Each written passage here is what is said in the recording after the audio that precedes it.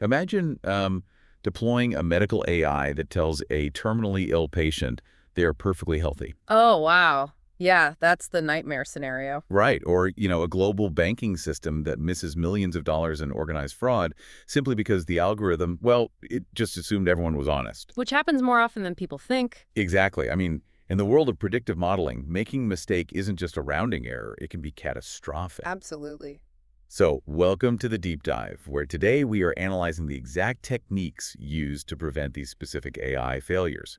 And for you listening, today we are taking a highly structured, very deliberate approach to this. We really are. It's a slightly slower pace today. Yeah, because whether you are preparing for advanced certifications or you just want to truly understand the hidden mechanics behind the algorithms running our world, we are dedicating this time to a comprehensive, strictly sequential analysis of 10 practice questions for the C1000-177 exam. That is exactly right. To ensure you completely grasp these underlying machine learning concepts without any ambiguity, we are going to proceed through all 10 questions in exact order. Right, no skipping around. None at all. We will read each question word for word, we will explicitly state the correct answer, and then we will deeply analyze why that answer is factually correct. We are going to take this at a measured, careful pace because, well, the details here are what make the difference between a model that works and a model that fails. I love that. So let's just jump right in. Let's start with scenarios where rare events have massive consequences. Question 1.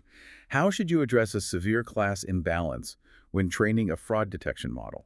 The correct answer is A.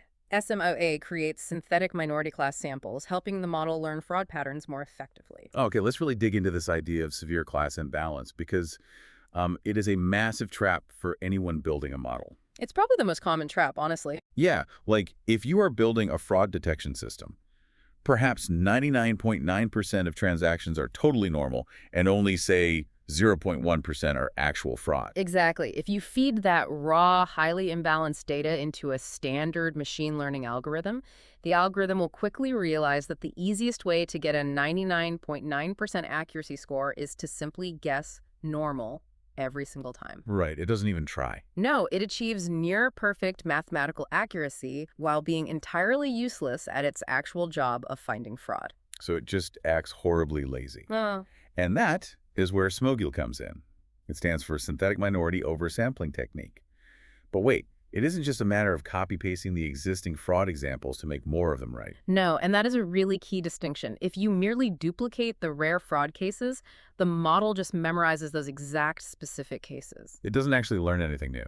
Exactly. Instead, PsychoD mathematically generates brand new synthetic examples. It looks at the existing data points representing fraud, looks at their nearest neighbors, and essentially it just draws lines between them to create plausible new fraud cases that never actually happened, but, they follow the exact same underlying pattern. Wait, why go through all that trouble to invent fake data? I mean, why wouldn't you just throw away a massive chunk of the normal majority class to balance things out? Undersampling. Yeah, it seems so much easier to just delete data until you have a 50-50 split. Because if you do that, you are discarding incredibly useful information. If you throw away 99% of your normal transaction data just to make the data set even, your model loses its understanding of what a normal transaction actually looks like in all its variety. Oh, I see. Yeah, you need those normal patterns just as much as you need the fraud patterns to establish the correct baseline. That makes perfect sense. You can't just blind the model to reality.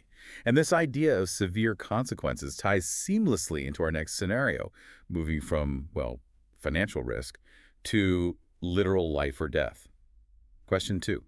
When developing a medical screening model where missing a disease is fatal, which evaluation metric should you maximize? The correct answer is C. Recall measures how many actual positive cases are correctly detected. In medical screening, a high recall induces false negatives, meaning fewer patients with the disease are incorrectly classified as healthy.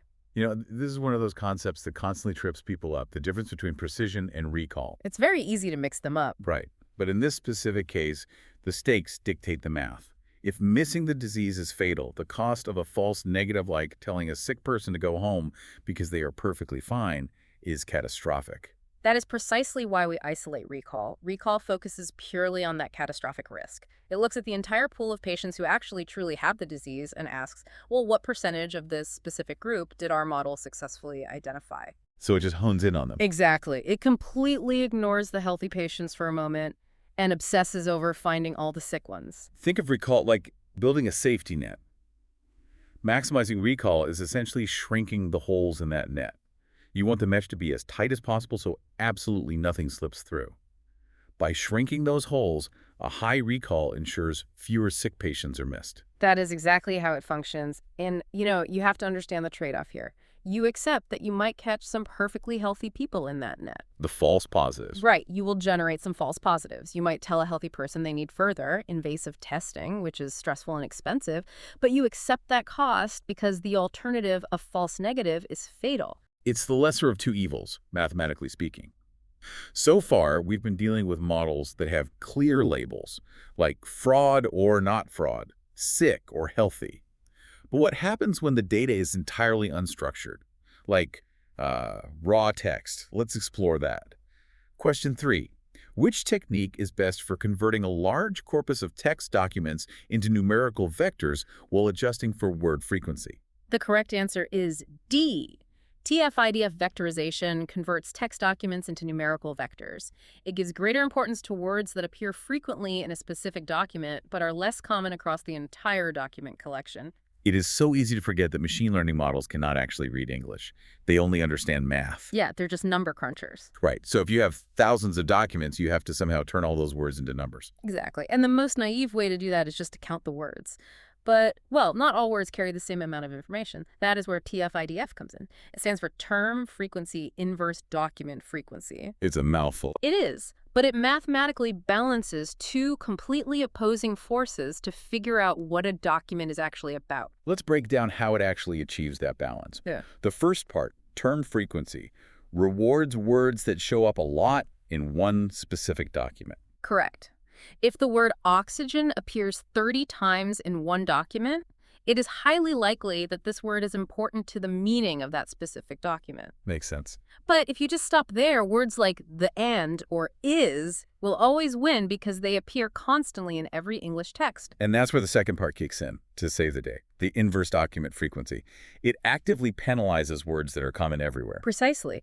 The algorithm looks at the entire collection of documents. If the word the appears in 100% of your documents, its inverse document frequency score is mathematically crushed down to near zero. Wow, okay. So by combining these two steps, TF-IDF highlights the unique signature of each text. It surfaces the rare, meaningful signals and aggressively mutes the common noise. That transition from raw text to mathematical signal is fascinating. Let's stay in this realm where we don't have clear labels, but look at how models group things together blindly. Question 4. How do you evaluate the quality of a k-means clustering model when you do not have ground truth labels? The correct answer is B. The silhouette score evaluates how well each data point fits within its assigned cluster compared with other clusters. It does not require ground truth labels, making it suitable for evaluating k-means clustering. Okay, but how is this even possible? If you don't have an answer key, like if you don't know the true groups these data points are supposed to belong to, how can any score tell you if the model did a good job grouping them? It does it entirely through internal geometry. Geometry. Yeah. The model doesn't need to know what the groups actually represent in the real world. It only needs to look at the structural integrity of the mathematical clusters it created. The silhouette score calculates two specific distances for every single data point. First, it measures cohesion. It calculates the distance between a data point and all the other points in its same assigned group. And you want that distance to be very small, right? Yeah. Because if the points in a group are physically close together in the data space, it means they are highly similar. The cluster is tight. Exactly, but tight clusters aren't enough if they overlap with other clusters. So the second calculation measures separation. It calculates the distance between that same point and the points in the nearest neighboring cluster. And you want that distance to be as large as possible. Yes. So the mathematical score just balances those two properties. Are my groups tightly packed together and are they cleanly separated from each other? That is so clever. It is. If both are true, the silhouette score is high, proving the model successfully found distinct patterns in the data entirely without an answer key. We need to shift gears now. We've been looking at how models learn in a static vacuum, but what happens when these models are actually deployed into the real world? Time changes everything. Question 5. A predictive model's performance slowly degrades over a year in production. What is the most likely cause? The correct answer is C. Concept drift occurs when real-world data patterns or the relationship between inputs and outcomes change over time. This can gradually reduce the accuracy of a production model. This is such a critical reality check for anyone in this field. You spend months building a perfect model, you deploy it, and then it just slowly starts getting things wrong. That happens because a model is only a snapshot of reality at the exact moment it was trained. It inherently assumes the future will behave exactly like the past. Which is rarely true. Right. But the real world is incredibly dynamic. Economic conditions shift, consumer preferences evolve, new competitors enter a market, or, the actual physical sensors collecting the data start wearing down. Imagine an AI model trained on consumer buying habits in 2019. By mid-2020, those learned relationships between inputs and outcomes were completely destroyed by the global pandemic. That's a perfect example. The model didn't break. The world it was trying to predict fundamentally drifted away from the training data. That is concept drift perfectly illustrated. It means you can never simply deploy a predictive model and walk away. It requires continuous monitoring, you have to track its performance constantly, and eventually it will absolutely need to be retrained on fresh data to capture the new reality. Let's stick with the challenges of real-world data over time, specifically when information simply goes missing. Question 6. Which imputation method is most appropriate for a few random missing values in a daily temperature time series? The correct answer is A. Linear interpolation estimates a missing temperature using the values from nearby days. It is appropriate for a small number of randomly missing values in a continuous time series. The operative word here is continuous. If a sensor breaks and fails to record the temperature on a Tuesday, we can't just leave a blank space because machine learning algorithms require numbers to function. Exactly. And you also can't just plug in the average temperature of the entire year because that would completely ignore the context of that specific week. Oh, that would be terrible. Yeah, it would ruin the local trend. Linear interpolation leverages the temporal relationship inherent in a time series. It fundamentally assumes that the value of today is highly dependent on the value of yesterday and tomorrow. It's like building a small bridge over a gap. Because temperature is a continuous physical property, it doesn't wildly jump from 30 degrees to 100 degrees and back in a single day. You can safely estimate the missing day by looking at its neighbors. Right. If Monday was 70 degrees and Wednesday was 74 degrees, linear interpolation just draws a straight mathematical bridge between them, estimating Tuesday at 72 degrees. And it works perfectly for small, random gaps in continuous data. However, it's worth noting this would be terrible for highly volatile data like stock market prices, where a single day can see massive, unpredictable spikes. But for continuous physical measurements, that simple mathematical bridge is highly effective. We've talked about missing data, but what about having way too much data? As data sets get wider and more complex, models can actually drown in information. Question 7. Which two methods are widely used to reduce the number of features in a dataset before training? Note that this question asks you to choose two. The correct answer is A and D. Principal component analysis reduces dimensionality by transforming the original features into a smaller number of components. And recursive feature elimination repeatedly removes less important features until the desired subset remains. Both of these techniques tackle the curse of dimensionality.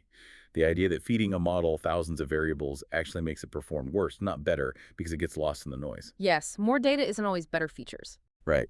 But these two methods go about fixing that problem in completely opposite ways. They really do. Let's look at principal component analysis, or PCA. It is a feature transformation technique. It doesn't just throw columns of data away, it fundamentally alters them. How so? It mathematically analyzes all the variables, finds where they overlap and correlate, and squishes them together into new, dense components. So if you had features for a house like number of bedrooms, square footage, and lot size, PCA might mash those all together into a brand new, unreadable component that basically represents overall size. Exactly. It compresses the information while attempting to retain as much variance as possible. On the other hand, recursive feature elimination is purely a feature selection technique. It doesn't transform anything. It just acts like a ruthless bouncer at a club. Yeah. It trains the model, Hmm. looks at which raw features actually contributed the least to the accuracy, kicks them out, and then trains the model again. It just repeatedly filters the raw features until you are left with only the most important ones. Both achieve the ultimate goal of reducing complexity, but one synthesizes new dimensions while the other systematically discards the dead weight. And we see that same intense need to control complexity within the architecture of neural networks themselves. Question 8. Which two strategies help prevent a complex neural network from overfitting the training data? Again, choose two. The correct answer is B and C. Early stopping ends training when validation performance stops improving. Dropout randomly disables some neurons during training, reducing the network's dependence on specific neurons. Overfitting is basically a model studying for a test by memorizing the practice exam, right? It looks absolutely brilliant during training, but the second you give it real questions it hasn't seen before, it fails miserably. That is the perfect way to describe it. A neural network with millions of parameters is so incredibly powerful that it will eventually just memorize every single data point, including the random noise, if you let it run long enough. That is exactly why early stopping is so crucial. It literally just pulls the plug. Pretty much. You monitor the network on a separate validation dataset it isn't learning from. The moment its performance on that separate data stops improving and actually starts getting worse, you immediately stop the training. You cut it off before it has a chance to memorize everything. Yes. And the second technique, dropout, addresses overfitting from the inside out. During training, a network can become lazy. A few specific neurons might become highly specialized experts, and the rest of the network just blindly relies on them. Which sounds risky. Very. If those experts happen to be memorizing specific noise from the training data, the whole model becomes fragile. So Dropout steps in and just starts turning neurons off completely at random. Every time data passes through, a different percentage of the network is just blacked out. Exactly. It forces the network to be resilient. If the expert neurons might randomly disappear at any given moment, the network is forced to learn multiple, redundant, generalized pathways to process the information.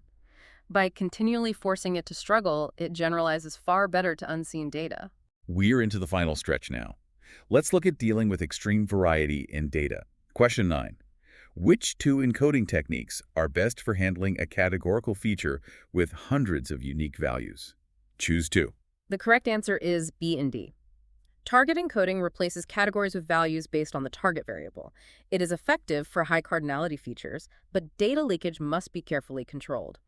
Feature hashing maps categories into a fixed number of numerical features, reducing memory usage and dimensionality. High cardinality just means a category with massive variety like ZIP codes or product IDs. You can't just turn 40,000 ZIP codes into 40,000 separate columns, or the model's memory will explode. Target encoding solves this by collapsing the information. Right. Instead of creating a new column for every single ZIP code, target encoding replaces the text of the ZIP code with the average mathematical outcome you are trying to predict for that specific area. Okay, give me an example. If you are predicting house prices, it replaces the category Beverly Hills with the average house price in Beverly Hills. Wait, isn't that basically letting the model cheat? You are taking the answer you want to predict, the target, and mixing it right into the training features. Yes, and that is why the explanation explicitly warns that data leakage must be carefully controlled. If you calculate those averages using the exact same data you are validating the model against, the model will appear artificially perfect. It's like giving it the answer key before the test. Exactly. You have to strictly separate the data used to calculate the encodings from the data used to train and test. Otherwise, you will have false confidence in a model that will fail in production. And what about feature hashing? This takes a totally different route. It uses a mathematical hashing function to map all those hundreds of unique categories into a strictly fixed number of numerical columns. Exactly. You tell the algorithm, I don't care that there are 40,000 ZIP codes. You only get 100 columns to represent them all. That is extremely strict. It is, but the hashing function forces that extreme variety into a tightly controlled mathematical space, which massively reduces memory usage and dimensionality without needing the target variable at all. Let's finish with algorithms designed specifically to find the absolute weirdest data points out there. Question 10. Which two algorithms are specifically designed for identifying anomalies in a large dataset? Choose two. The correct answer is A and C. Isolation forest detects anomalies by isolating unusual observations through random data partitions. One-class support vector machine learns the boundary of normal data and identifies observations outside that boundary as anomalies. It is really striking how these two algorithms approach the exact same problem from completely opposite directions. Mm. The isolation forest focuses intensely on the anomalies themselves. Yes. It operates on the mathematical principle that anomalies are rare and they are very different from the rest of the data. So it starts randomly chopping the data set into pieces, drawing random lines through the data space. Just slicing it up. Right. Because an anomaly is so unusual and sits far away from the rest, it takes very few random cuts to isolate it completely from the group. If a data point gets isolated very quickly, the algorithm flags it as an anomaly. While the one-class support vector machine basically ignores the anomalies entirely. It doesn't care what they look like. It focuses strictly on the normal data. It maps out the shape of the normal data and draws a highly complex, very tight mathematical perimeter around it. Exactly. It defines what normal is, and once that boundary is drawn, the rule is brutally simple. Yeah. Absolutely anything that falls outside that fence is immediately classified as an anomaly, no matter what it is. You now completely understand how to navigate class imbalance, evaluate models without ground truth, manage concept drift, handle complex dimensionality, and isolate severe anomalies.